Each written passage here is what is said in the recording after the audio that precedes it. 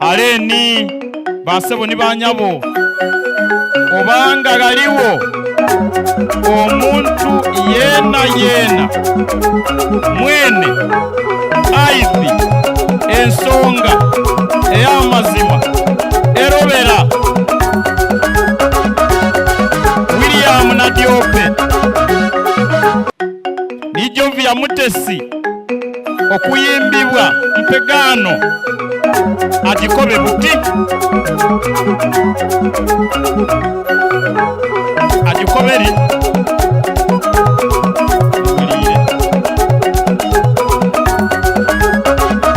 aye bwe yesirikiriza kimufuyiranga ku mwoyo.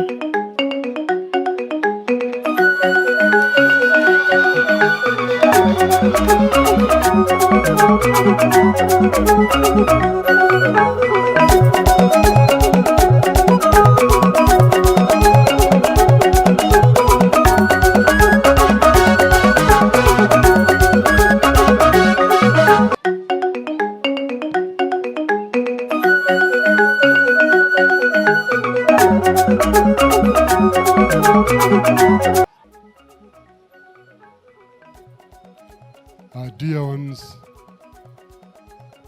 William and Jovia, the vows you are about to make are to be made in the name of the Lord, the creator of heaven and earth, the one who knows the secrets of our hearts.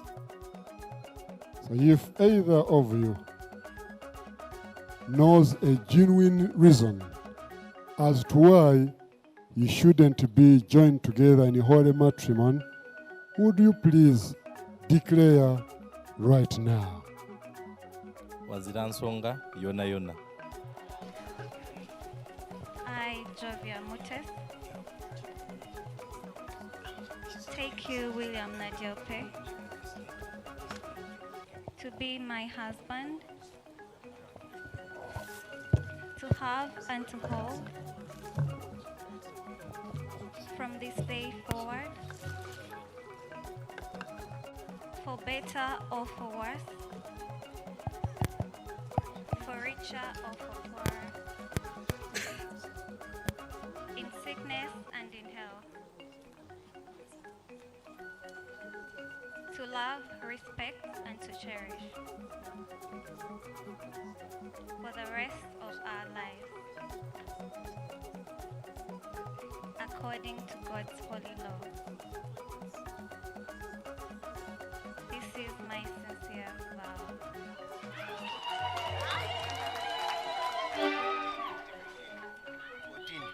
The rings.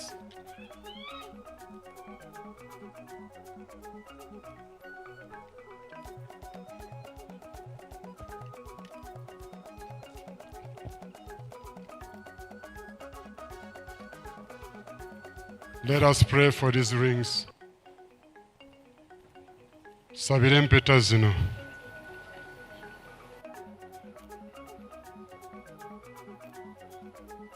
Omukisa empeta zino.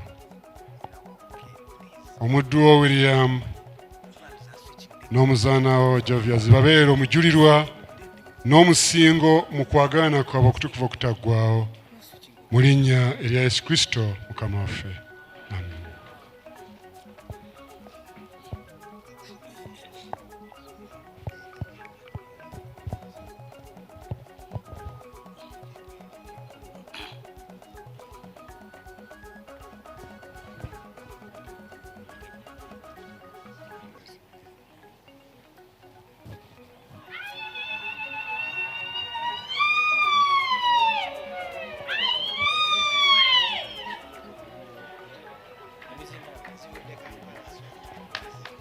Jovia Mutes,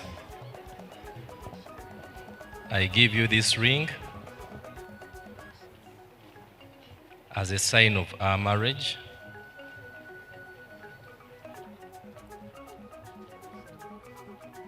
With my body, I honor you. All that I am, I give to you. All that I have, I share with you. In the name of the Lord, the Father, the Son, and the Holy Spirit.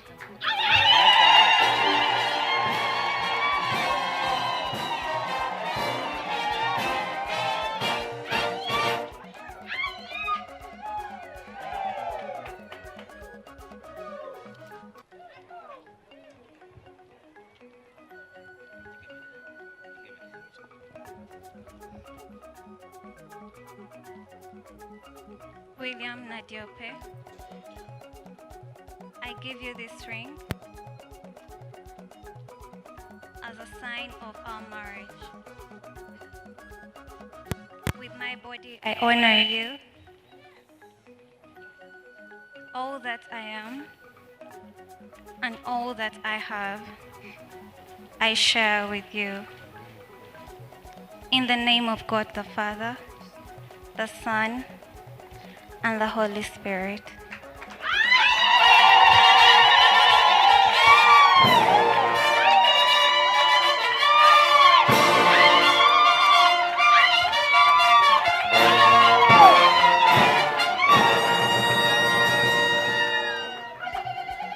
People of God, now that William and Jovia have given themselves to each other by sincere vows, signified by the joining of hands, and are giving and receiving a symbol of marriage, I pronounce that they are now legally and in accordance with the word of God, they are husband and wife. In the name of God the Father, the Son, and the Holy Spirit.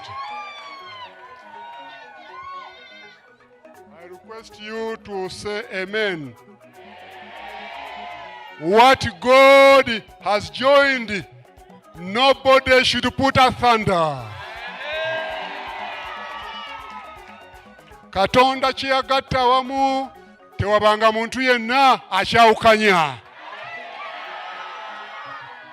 Katonda be yagatta awamu ensimbi ebitiibwa tebibaawukanyanga.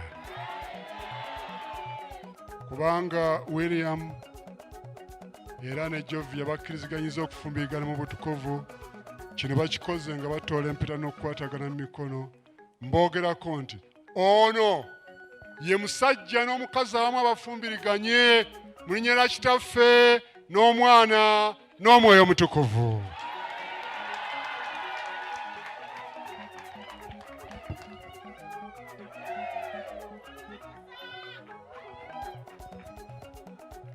May I request all of you to stand up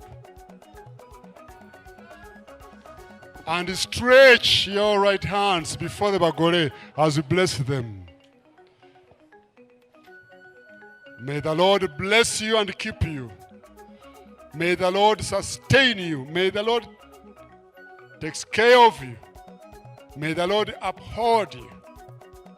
I pray special blessings unto you. And I render the devil powerless. And I take the devil as a captive. And now, go and be fruitful. N'omukisa gwa musengo waife omu wa ikendi. Omwana, omwoyo omwamufu, gube kwimwe ense n'ense. Amen.